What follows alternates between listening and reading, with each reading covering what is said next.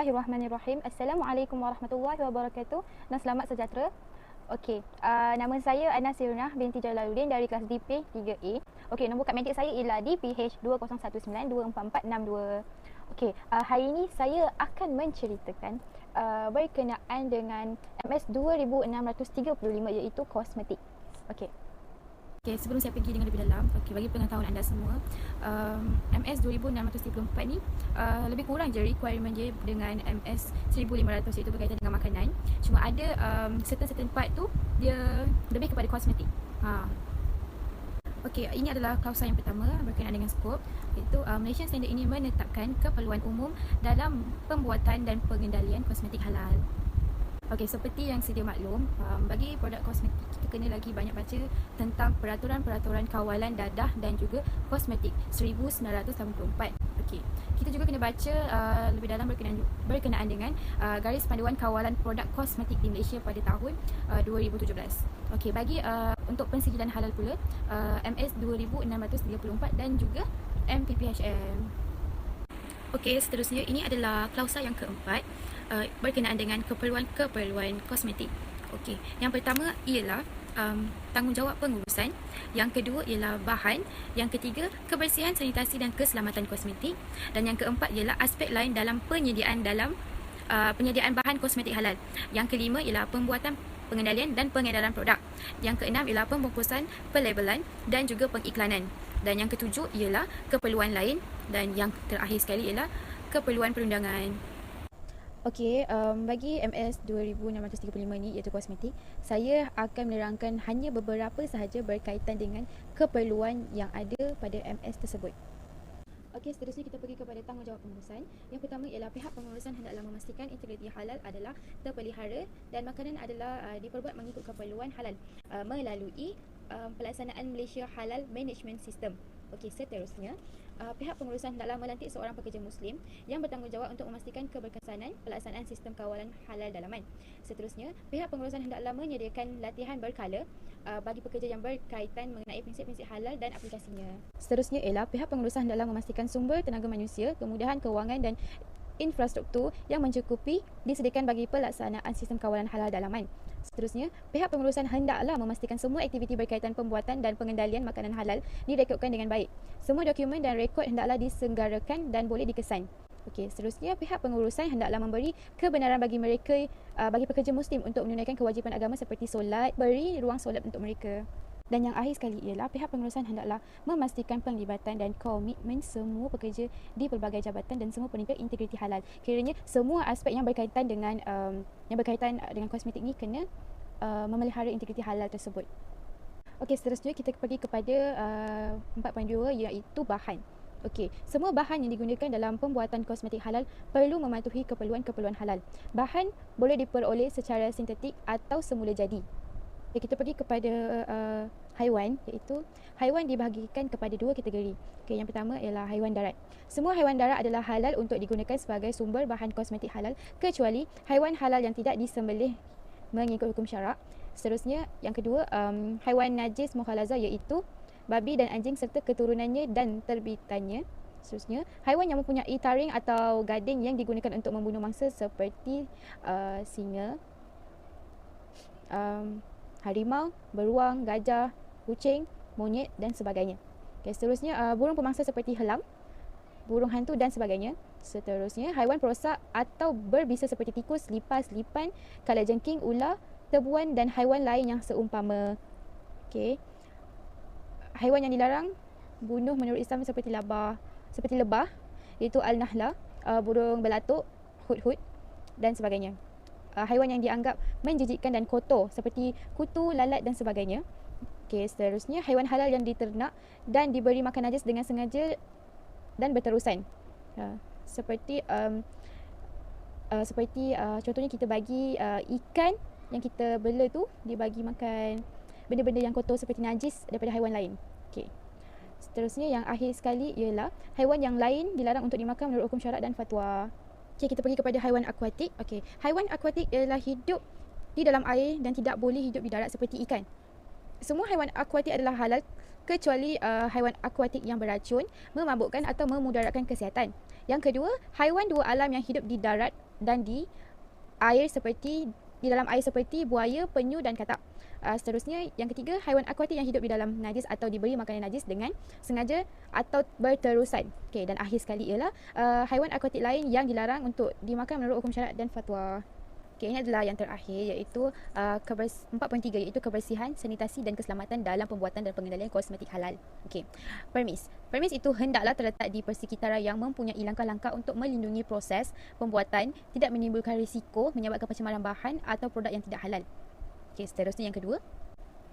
Permis hendaklah diasingkan dan dipisahkan secara berkesan dari ladang ternakan babi atau sebarang aktiviti pemprosesan berkaitan dengannya untuk mencegah pencemaran melalui udara, air, pekerja dan peralatan.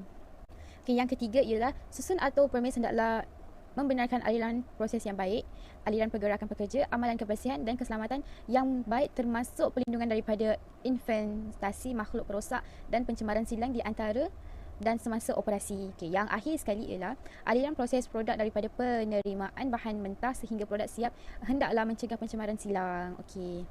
Itu je daripada saya. Sekian, terima kasih. Wabillahi taufiq wal hidayah. Wassalamualaikum warahmatullahi wabarakatuh. Assalamualaikum warahmatullahi wabarakatuh. Nama saya Nafara Nabila binti Azman dari kelas DP 3E. Nombor matrik saya di PH 2019-24542. Baiklah, pada hari ini saya akan menerangkan sedikit tentang Malaysia Standard 2424/2014, iaitu pharmaceutical halal. Apa yang kita tahu tentang pharmaceutical? Pharmaceutical adalah satu bahan which is kita sedia maklum bahawa pharmaceutical tu maksudnya berkaitan dengan ubat-ubatan. So, ubat-ubatan terbahagi kepada dua, which is ubat-ubatan yang terkawal dan ubat-ubatan am.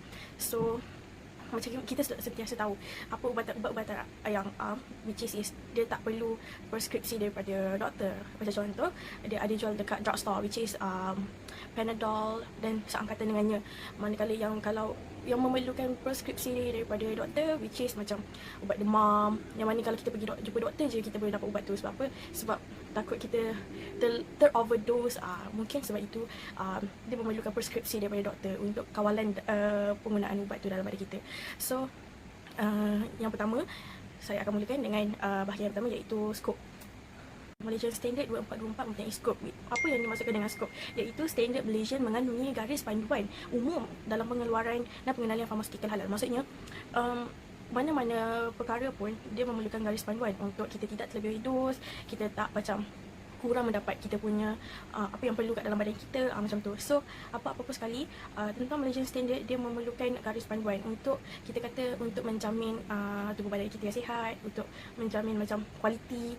So, itu antara salah satunya garis panduan tu diwujudkan atas faktor-faktor kita tidak mengambil kita tak ambil ataupun produk tersebut mengandungi bahan-bahan yang terlarang, najis, haiwan yang diharam untuk makan, which is khinzir dan anjing dan sebagainya.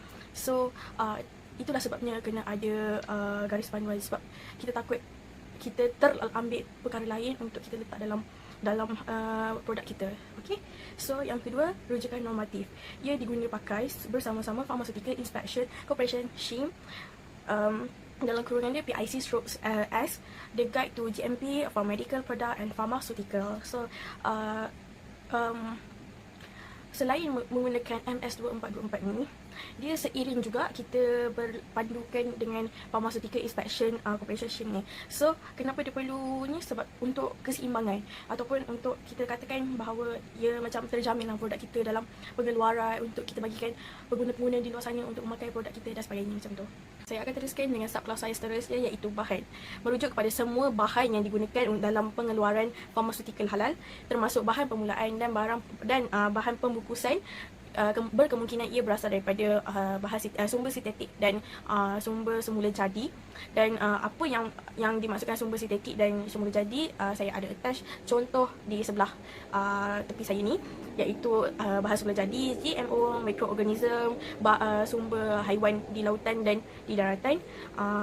Ia menekankan juga dalam pengeluaran pharmaceutical halal ni tidak sama sekali dan diharamkan pengharaman semua jenis najis. Tak kisah najis tu daripada haiwan yang halal ke apa ke, tak boleh, memang tak boleh. Okey.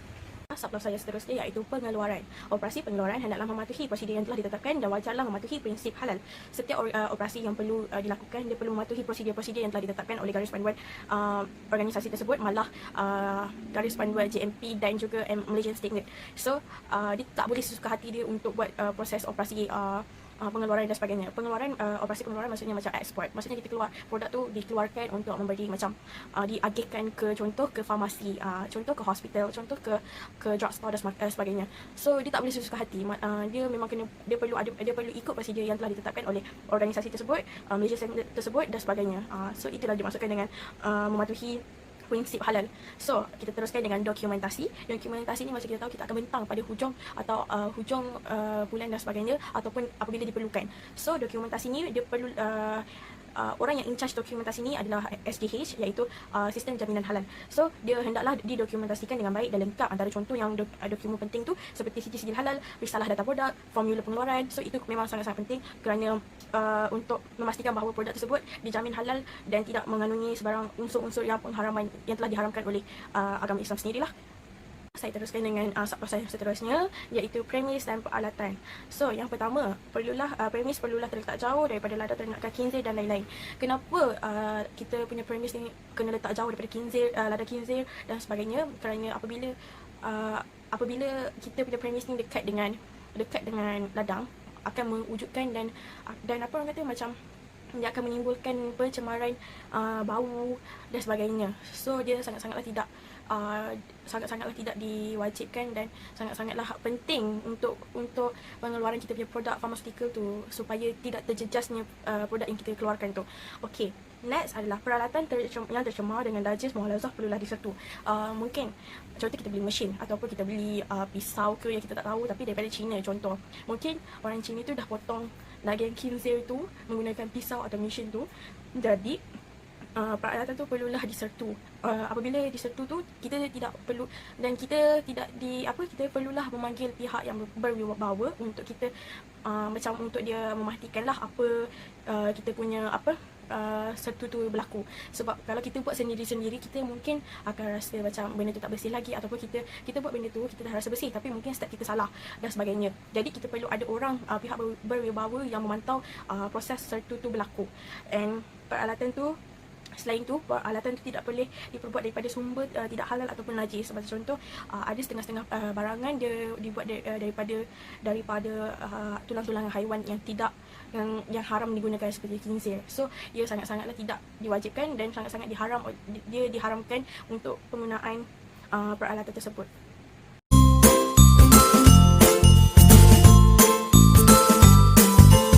Assalamualaikum warahmatullahi wabarakatuh.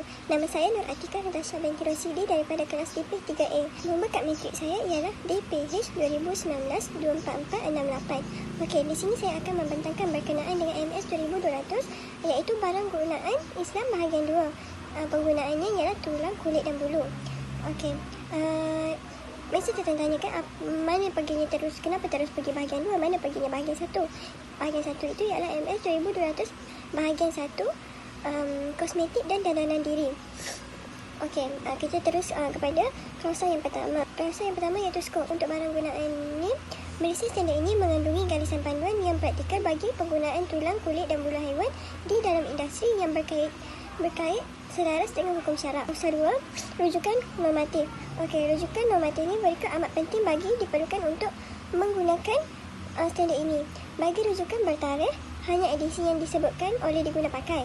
Bagi rujukan tidak bertarikh, edisi terkini rujukan normatif, termasuk apa-apa pindahan diguna pakai. MS yang utama ialah MS 1500, iaitu makanan halal. Makanan halal ialah MS yang paling terbesar sekali, yang dia menyediakan pengeluaran, penyediaan, pengendalian dan penyimpanan. Okey, klausa yang ketiga iaitu berkenaan dengan definisi subklausa. Okey, klausa 3 ni mempunyai 9 subklausa. Subklausa 3.1 iaitu barang gunaan, bermaksud barang yang boleh dimanfaatkan seperti pakaian, perhiasan. Manakala makanan, kosmetik, barang penggunaan untuk bertujuan perubatan itu tidak termasuk dengan kategori barang gunaan. Okey, subklausa 3.2 berkenaan barang gunaan daripada tulang, kulit dan bulu. Penggunaan tulang, kulit dan bulu haiwan sama ada secara keseluruhan atau sebagai bahan campuran kepada barang gunaan. Subklausa 3.3 iaitu berkenaan barang gunaan daripada tulang, kulit dan bulu haiwan yang halal pula ialah barang gunaan komponen yang dibenarkan oleh hukum syarak dan menepati syarat-syarat. Syarat-syaratnya ialah tidak mengandungi apa-apa bahan, iaitu antaranya anjing, babi, antara keturunannya lah. Lepas tu tidak mengandungi najis mengikut hukum syarak. Lepas tu selamat digunakan, tidak proses di kilang menggunakan peralatan atau bahan yang dicemari najis mengikut hukum syarak. Yang seterusnya tidak mengandungi mana-mana bahagian atau anggota manusia. Seterusnya, semasa penyediaan, pemprosesan, pembungkusan, penyimpanan dan pengangkutan barang tersebut diasingkan daripada barang gunaan yang lain yang tidak menepati keperluan dalam butiran A, B, C dan E di atas, atau bahan-bahan yang lebih telah disahkan sebagai najis mengikut hukum syarak. Maksudnya kat sini, dia asing daripada macam bahan lain disahkan tidak menepati syarat. Bahan dah menepati syarat. So, bahan yang menepati syarat dengan tidak menepati syarat tidak boleh diletakkan sama. Okey. Seterusnya berkenaan dengan 3.4 iaitu dibak atau samak. Dibak atau samak ni maksudnya sama. Maksudnya menyucikan kulit haiwan. Poin dekat sini menyucikan kulit haiwan. Okey, menyucikan kulit haiwan selain daripada kulit anjing, babi dan keturunannya bagi tujuan menjadikan barang gunaan kulit yang halal mengikut hukum syarak. Okey, seterusnya subklausa 3.5 iaitu halal.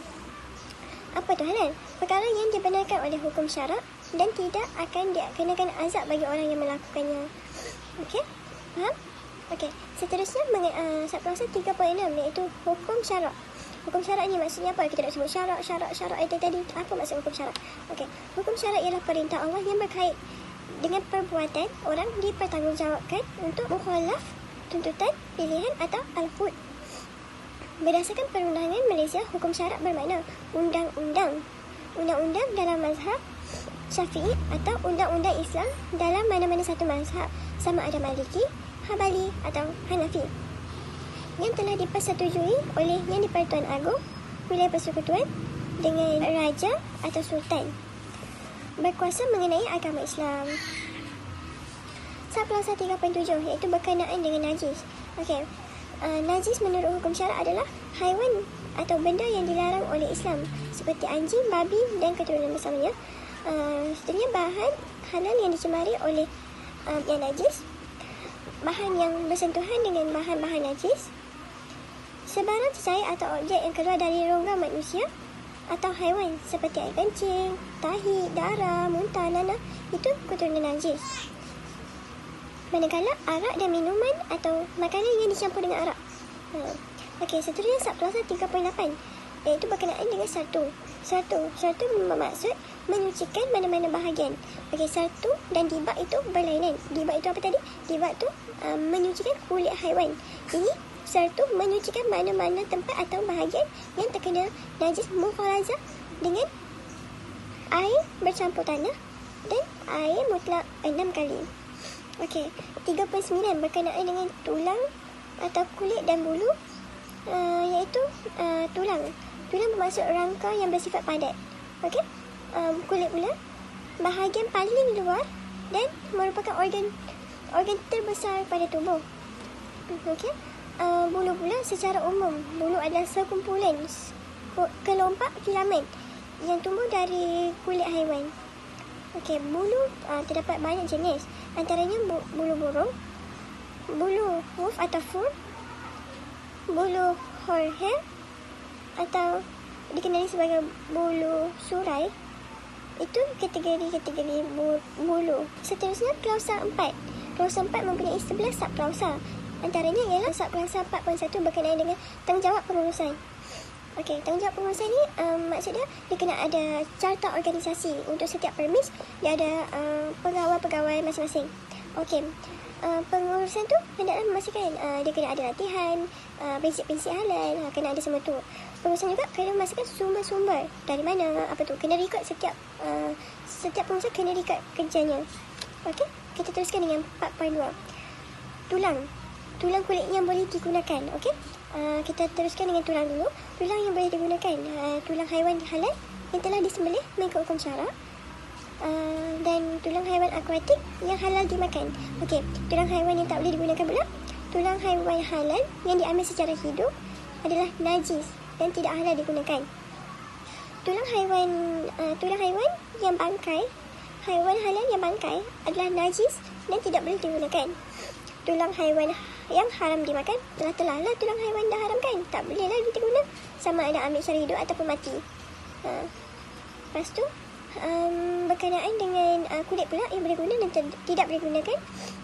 Kulit haiwan yang boleh digunakan ialah kulit haiwan halal dimakan yang telah disembelih mengikut hukum syarak menjalani kaedah tibak. Itu seterusnya, kulit haiwan darat yang halal dimakan juga tidak disembelih mengikut hukum syarak setelah menjalani hukum tibak juga. Kulit haiwan tidak halal kecuali kulit anjing dan babi dan keturunan setelah menjalani kaedah tibak. Okey, kulit haiwan yang tidak boleh digunakan pula ialah mestilah kulit anjing, babi, macam tu. Benda yang haram kita memang tak boleh digunakan langsung. Okey. Cara nak tahu, okey ni macam tambahan sikit. Saya nak tahu macam mana perbezaan kulit babi dengan kulit yang okey. Okey, kulit babi ni dia mempunyai 3 titik. Dekat barang tu dia kan ada 3 titik lubang yang tidak tersusun. Lubang yang titik-titik tu dia tidak tersusun. Lepas tu dia ke belakang dan slanting. Dia itulah jenis-jenis nak tahu macam mana kulit babi. Okey, kulit yang biasa ni 3 titik juga. Tapi 3 titik tu lubang ni tersusun, tidak tembus dan tidak belakang dan tegak. Kita terus dengan bulu. Okey, bulu. Bulu haiwan yang boleh digunakan. Bulu apa? Bulu haiwan halal disembelih ikut hukum syarak. Bulu haiwan halal diambil semasa hidup. Contohnya macam biri-biri.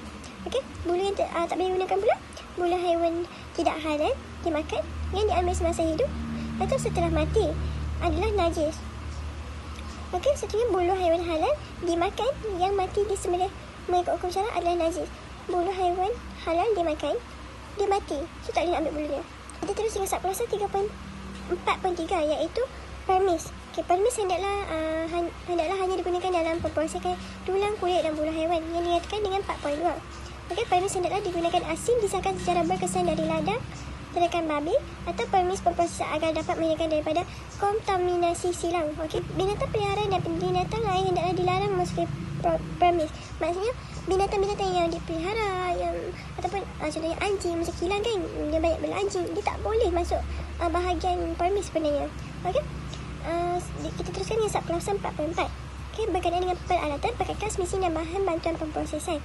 Okey, kita lalu secara lintas saja berkenaan peralatan, perkakas dan mesin.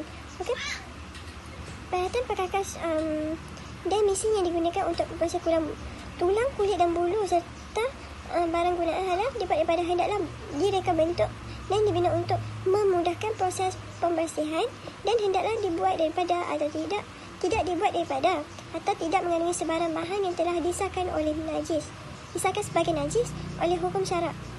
Okey, yang sebenarnya peralatan perkakas ni mestilah tidak pernah diguna atau disentuh oleh najis mukhalazah. Kalau dah diguna atau disentuh, mestilah melalui kaedah serta mengikut hukum syarak.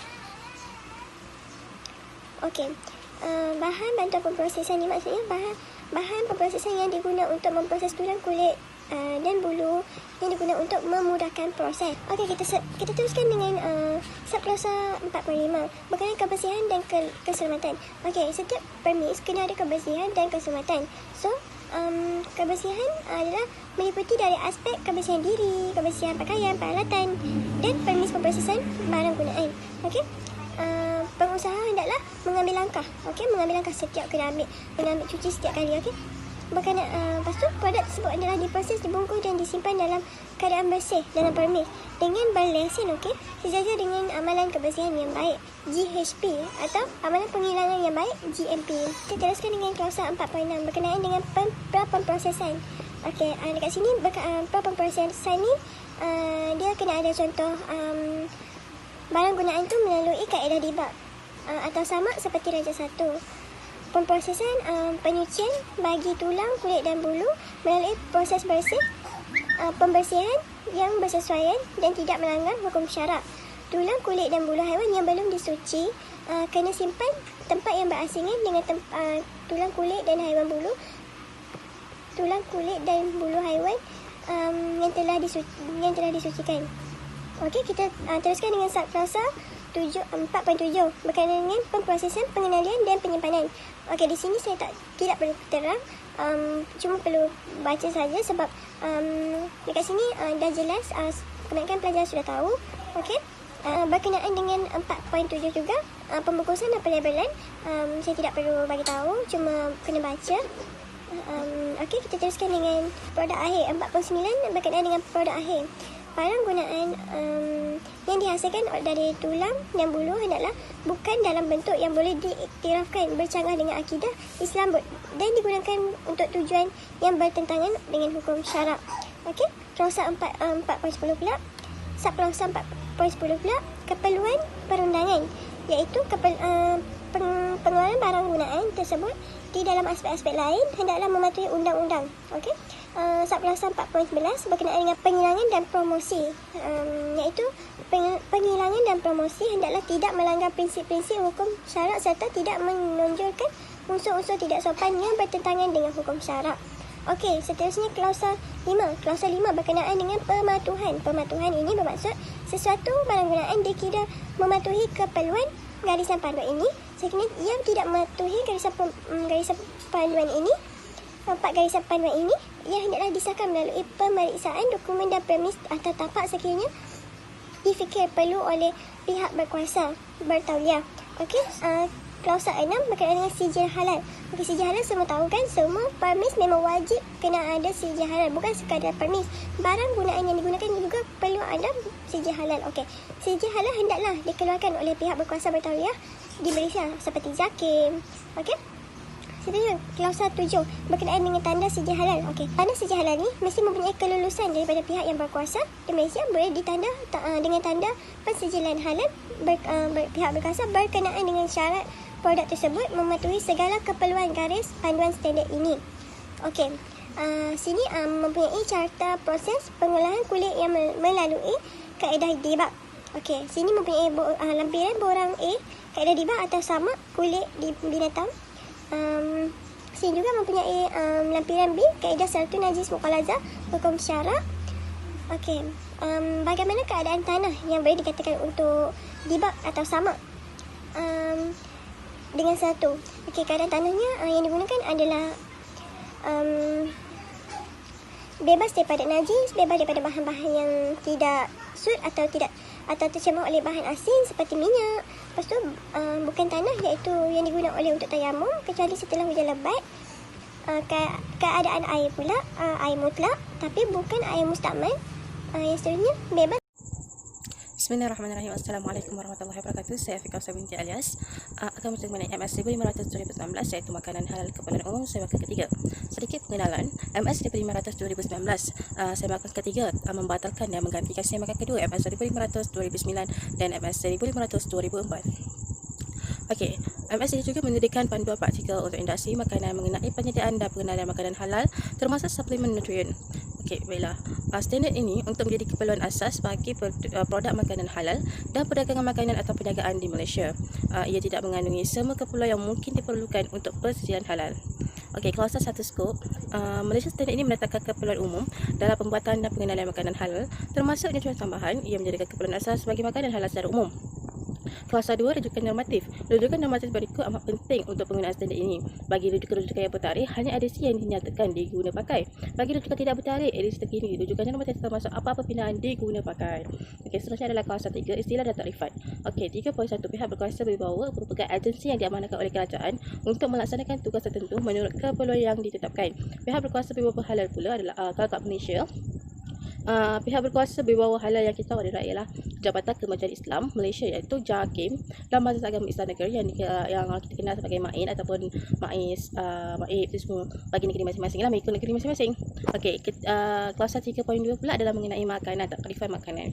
Okey, makanan yang meliputi setiap bahan yang pertama dikilang, dijual atau digambarkan sebagai makanan atau minuman untuk kegunaan manusia atau yang masuk pada atau digunakan dalam campuran, penyediaan, pengawetan apa-apa makanan atau minuman dan meliputi gula-gula, benda-benda kunyahan dan apa-apa ramuan bagi makanan, minuman, gula-gula atau benda kunyahan itu. Okey. Klausa 3.3 takrifan halal pula mengenai perkara yang dibenarkan dalam Islam berdasarkan hukum syarak dan fatwa. Okey, 3.3.1 pula takrifan tidak halal adalah perkara yang dilarang dan tidak dibenarkan dalam Islam berdasarkan hukum syarak dan fatwa. Okey, klausa 3.4 pula adalah mengenai makanan halal. Apa itu makanan halal? Makanan halal bermaksud makanan dan minuman dan atau ramuan yang dibenarkan oleh hukum syarak dan fatwa serta memenuhi syarat-syarat berikut. A. Tidak terdiri daripada atau mengandungi mana-mana bahagian daripada haiwan yang dilarang oleh hukum syarak dan fatwa untuk dimakan oleh muslim atau haiwan yang tidak disembelih menurut hukum syarak dan fatwa. Okey, sebagai contoh khinzir lah kan. Kalau ada bahagian-bahagian daripada badan ni yang dalam makanan ada tidak boleh, adalah haram untuk kita makan dan bukanlah makanan halal. Selain itu kita ada gelatin, ais istin dan banyak lagi lah. Seterusnya, tidak mengandungi najis menurut hukum syarak dan fatwa, tidak memabukkan menurut hukum syarak dan fatwa, tidak mengandungi mana-mana bahagian manusia atau hasilan daripada yang tidak dibenarkan oleh hukum syarak dan fatwa. I. Tidak beracun atau membahayakan kesihatan, tidak disedia, diproses atau dibuat dengan menggunakan peralatan yang dicemari najis menurut hukum syarak dan fatwa. J. Semasa berjaya proses atau pada makanan tersebut tidak bersentuhan dengan campuran atau berhampiran mana-mana makanan yang tidak memenuhi perkara 3, klausa 3.4A dan B. Okey, seterusnya adalah mengenai klausa 35 iaitu penyembelihan halal. Apa itu penyembelihan halal? Penyembelihan halal adalah merujuk kepada perbuatan mematikan haiwan hidup yang halal oleh seorang muslim melalui pemutusan trakea, halkum, esophagus, marik dan kedua arteri harta dan vena jugular wadazal menggunakan alat tajam dengan niat kerana Allah. Okey, klausa 3.6 adalah mengenai istilah ataupun takrifan najis. Okey, najis adalah bahawa yang tidak suci mengikut hukum syarak dan fatwa. 3.61 najis menurut hukum syarak adalah yang pertama anjing, babi dan keturunan atau terbitan daripadanya.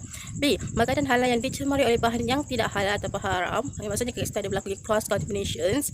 And then C. Makanan halal yang bersentuhan secara langsung dengan bahan-bahan yang tidak halal. D. Sebarang cair atau objek yang keluar daripada rongga manusia atau haiwan seperti air kencing, darah, muntah, nanah, tahi dan uri. Yang E. Bangkai haiwan atau haiwan halal yang tidak disembelih mengikut hukum syarak dan fatwa kecuali haiwan akuatik dan setengah serangga. Okey, F pula adalah arak dan makanan atau minuman atau bahan yang mengandungi arak yang bercampur dengan arak. Okey, klausa 3.6.2 menyatakan bahawa terdapat 3 kategori najis yang seperti kita tahu dah, iaitu najis muhalaza, muhaffafa dan mutawasita. Okey, 3.7 klausa 3.7 adalah mengenai takrifan premis adalah mengenai keseluruhan kawasan, bangunan atau struktur kekal atau sebaliknya untuk tujuan penyediaan, pemprosesan, pengandalian, pembuatan, pembungkusan, penyimpanan, pengedaran, penyajian, penjualan dan atau sebarang aktiviti yang berkaitan dengan pengeluaran makanan halal. Okey, seterusnya adalah mengenai kawasan pemprosesan. Okey, kawasan pemprosesan adalah kawasan yang dihaskan untuk semua operasi melibatkan perjalanan makanan halal daripada penerimaan bahan melalui pemprosesan dan pembusan sehingga penghazilan produk akhir termasuklah kawasan penyimpanan dan penyajian. Okey, klausa 3.9 takrifan 1 adalah satu perbuatan membersihkan dengan hasrat untuk menyucikan anggota badan, pakaian, ruang perkakas dan peralatan yang bersentuhan dengan najis muhalaza dengan membasuhnya sebanyak 7 kali dengan air mutlak, dengan air mutlak dan dengan air yang satu kali dengan air yang bercampur tanah. Di mana apa itu najis muhalaza? Najis muhalaza saja najis berat seperti khinzir, babi, yang maksudnya kalau ada bersentuhan dekat mana-mana badan ataupun pakaian kita kena sertu. Selanjutnya adalah mengenai klausa 3.10.1 mengenai hukum syarak. Hukum syarak ialah perintah Allah yang berkait dengan perbuatan mukallaf yang terdiri daripada tuntutan ataupun arahan dan larangan, pilihan, hukum taklifi atau hukum wadi. Okey, seterusnya adalah berdasarkan kepada perundangan Malaysia iaitu hukum syarak bermaksud undang-undang Islam dalam mazhab Syafi'i atau undang-undang Islam dalam mana-mana satu mazhab sama ada Hanafi, Maliki dan Hambali yang telah dipersetujui oleh Yang di-Pertuan Agong untuk dikuatkuasakan di wilayah persekutuan atau oleh raja atau sultan bagi mana-mana negeri dikuatkuasakan dalam negeri itu di Malaysia. Okey, klausa 3.10.2 mengenai fatwa. Fatwa, okey, mengenai pandangan hukum berkaitan undang-undang Islam yang dikeluarkan oleh ilmuwan muslim yang berwibawa. Bagi konteks Malaysia, fatwa bermaksud ketetapan hukum yang disahkan oleh pihak yang berkuasa mengenai agama Islam yang telah diperkenan oleh Yang di-Pertuan Agong untuk dikuatkuasakan di wilayah persekutuan atau oleh raja atau sultan bagi mana-mana negeri untuk dikuatkuasakan dalam negeri itu di Malaysia. Okey, klausa 4 keperluan. 4.1 tanggungjawab pengurusan. 4.1.1 pihak pengurusan dalam memastikan kata halal adalah terpelihara dalam makanan yang ada dari berbagai keperluan halal, dan keperluan ini adalah mengikut apa yang saya senaraikan di dalam slide ini. Okey, seterusnya 4.2 mengenai premise dan facility. Okey, facility yang pertama, premise adalah direka bentuk dan dibina atau diubah sesuai bagi membolehkan aliran proses dapat mengawal risiko pencemaran produk dan bersesuaian dengan tujuan penggunaannya. Seterusnya 4.2.1 susun atau premis dalam membenarkan aliran proses yang baik, aliran pekerja, amalan kebersihan dan keselamatan yang baik, termasuk perlindungan daripada investasi makhluk rosak dan pencemaran silang di antara dan semasa operasi. Okey. Pencemaran silang kita kita panggil sebagai cross contamination lah. Sama juga sebenarnya. Okey, sebab kedua-duanya maksud yang sama. Okey, 4.2.2 adalah aliran proses produk daripada penerimaan bahan mentah sehingga produk siap hendaklah mencegah pencemaran silang. Okey, seterusnya premis hendaklah direka bentuk bagi memudahkan kerja-kerja pembersihan dan penilaian kebersihan makanan yang betul. Okey, seterusnya ruang pemuatan dan pemunggahan adalah direka bentuk secara bersesuaian bagi menekan pembinaan barangan secara berkesan. 4.2.5 premis hendaklah berada dalam keadaan yang baik, bersih dan diselenggara bagi mencegah kemasukan makhluk rosak dan menghapus kawasan yang berpotensi menjadi sarana pembiakan. Maksudnya makhluk rosak ni seperti lilati iaitu lipas, lalat, tikus, lilati. Okey, seterusnya 4.2.6 premis hendaklah diasingkan dan dipisahkan secara berkesan dari ladang, ternakan babi atau sebarang aktiviti perprosesan berkaitan dengannya untuk mencegah pencemaran melalui pekerja dan peralatan. Okey, 4.2.7 adalah premis penyembelihan dan perprosesan adalah dikhususkan untuk penyembelihan. 4.2.8 fasiliti sanitasi yang mencukupi hendaklah disediakan dan diselenggara. Okey, kawasan perprosesan adalah bebas daripada sebarang alat dan unsur penyembahan. Dan juga ruang solat musik hendaklah disediakan di lokasi yang bersesuaian dan diselenggara dengan baik. Okey, haiwan peliharaan dan haiwan lain hendaklah dilarang daripada memasuki premis. Kenapa kita melarang haiwan peliharaan ataupun haiwan lain masuk ke premis adalah supaya tak ada cross contamination berlaku. Bulu-bulu pun tak maksudnya tak termasuk dekat makanan ke apa ke. So that's why haiwan peliharaan ni dilarang untuk masuk. Okey, klausa 4.3 mengenai peranti perkasas mesin tambahan bantuan pemprosesan dan peralatan. Okey, 4.3.1 peranti perkakas mesin dan bahan bantuan pemprosesan yang digunakan untuk memproses makanan halal hendaklah direka bentuk dan dibina untuk memudahkan proses pembersihan. Hendaklah tidak dibuat atau tidak mengandungi sebarang bahan yang telah disahkan sebagai najis oleh hukum syarak dan hendaklah digunakan bagi tujuan makanan halal sahaja. Maksudnya tak boleh bercampur dengan makanan lain. Kalau makan halal, makan halal. Kalau contoh kalau macam kafe ke ataupun macam hotel kan, kalau ada yang non halal food and halal food punya division, so orang kena bahagikan, orang tak boleh pakai perkakas yang sama, kena asingkan.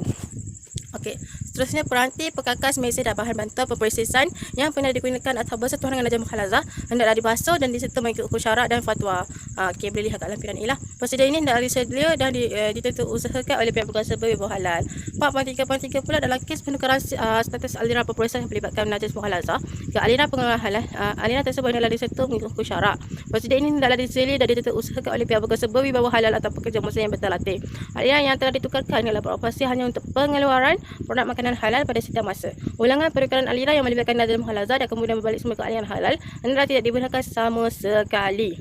Okey, 4.3.4 penggunaan perkakas atau boros daripada bulu haiwan adalah dilarang. Semua peranti perkakas mesin dan bahan bantuan pemprosesan adalah dibersihkan dan dikemas secara berkala. Okey, 4.4 kebersihan sanitasi dan keselamatan makanan. Okey, kebersihan sanitasi dan keselamatan makanan merupakan prasyarat dalam penyediaan makanan halal. Ia merangkumi pelbagai aspek kebersihan diri, pakaian, peranti, perkakas, mesin dan bahan bantuan pemprosesan serta premis pemprosesan, pembuatan dan penyimpanan makanan. 4.4.2 pengusaha makanan halal hendaklah mengambil langkah-langkah untuk pertama, mengurus dan memeriksa bahan mentah, ramuan dan bahan pembungkus sebelum pemprosesan.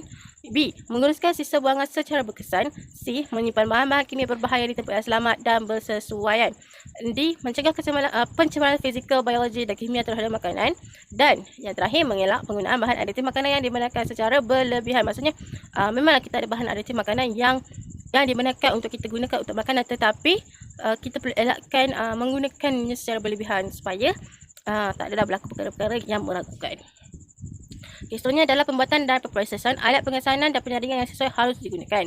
4.4.3 makanan halal hendaklah diproses, dibungkus dan diedar dalam keadaan bersih dalam premis berlesen berdasarkan amalan kebersihan yang baik GHP, amalan pengenalan baik GMP dan amalan kebersihan veteriner baik VHP atau seperti yang ditetapkan oleh pihak berkuasa bahawa dalam MS 1514 dan MS 1480 serta undang-undang dan peraturan berkaitan kesihatan awam yang dikuasakan oleh pihak berkuasa bahawa di Malaysia dan atau negara pengeluar.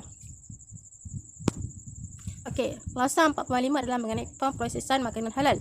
Okey, 4.5.1 sumber makanan halal. 45.1.1 haiwan. Okey, haiwan ni boleh dibahagikan kepada dua kategori, iaitu haiwan darat dan haiwan akuatik lah. Haiwan darat macam apa tu namanya? Macam lembu yang berkaki 4 tu kan, dan haiwan akuatik ni macam yang hidup kat laut lah, macam contohnya ikan, macam itulah. Seterusnya adalah haiwan darat. Semua haiwan darat adalah halal dimakan kecuali yang berikut.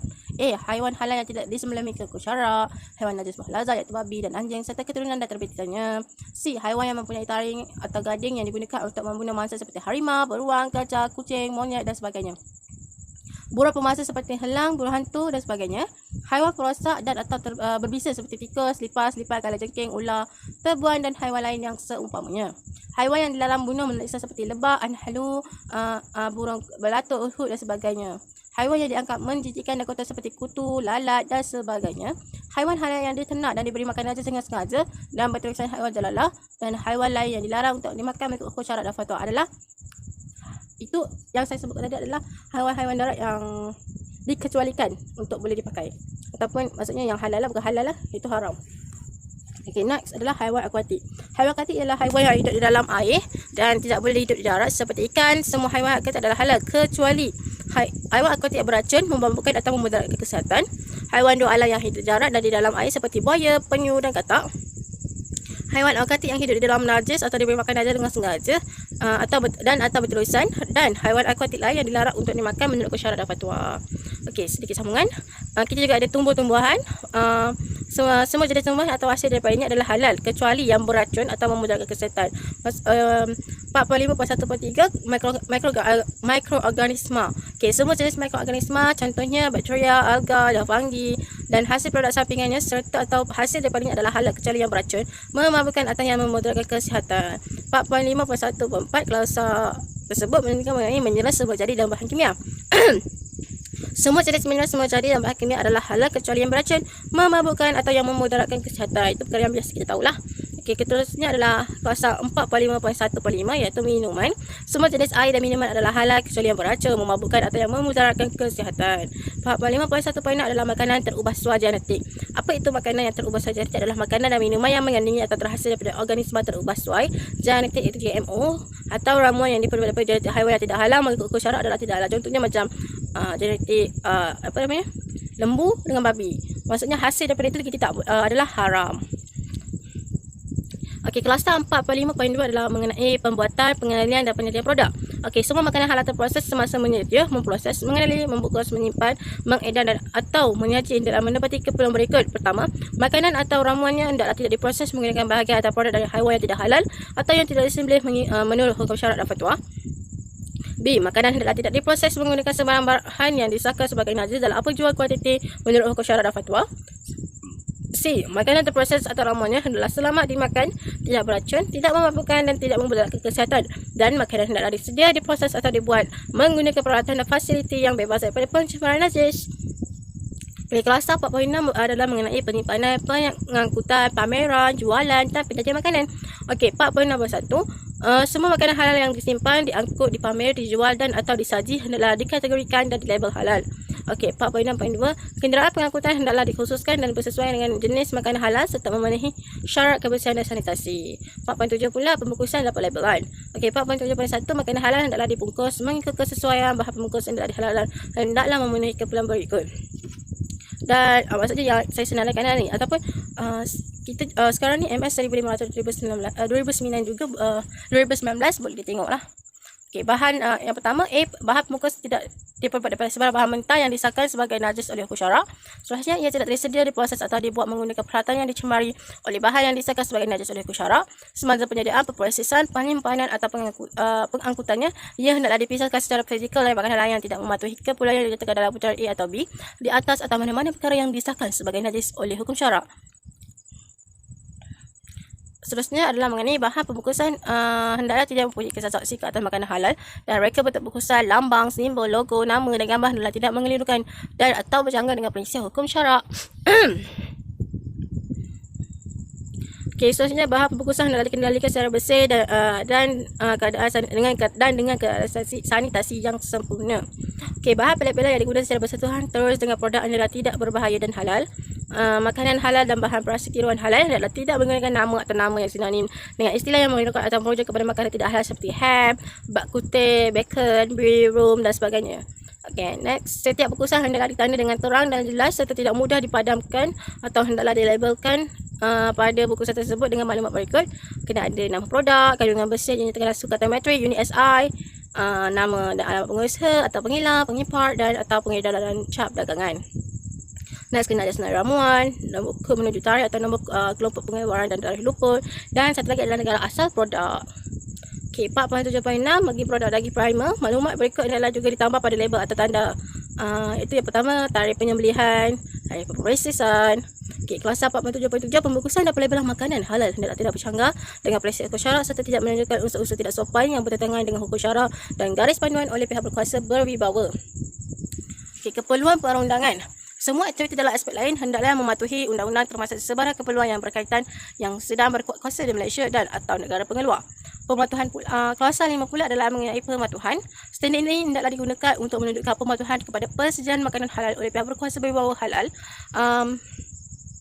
Prosedur dan keperluan bagi persediaan adalah seperti mana yang ditetapkan oleh pihak berkuasa berwibawa halal. Klausa 6 pula adalah mengenai sedia halal. Sedia halal adalah dikeluarkan oleh pihak berkuasa berwibawa di Malaysia iaitu Menjakim yang seperti saya terangkan istilah ataupun takrifan tadi. And then 7 tanda persediaan alat. Contoh saya bagi dalam slide ni. Setiap produk dan perkhidmatan setelah mendapatkan kelulusan daripada pihak berkuasa berwibawa halal boleh ditandakan dengan logo persediaan halal pihak berkuasa berkenaan. Dengan syarat produk tersebut mematuhi segala keperluan standard ini. Maksudnya contoh kita dah buat produk, dalam label dia tu kita boleh letak halal. Maksudnya ada label halal dekah dia punya produk. Sekian sahaja daripada saya. Wabillahi taufiq wal hidayah. Wassalamualaikum warahmatullahi wabarakatuh.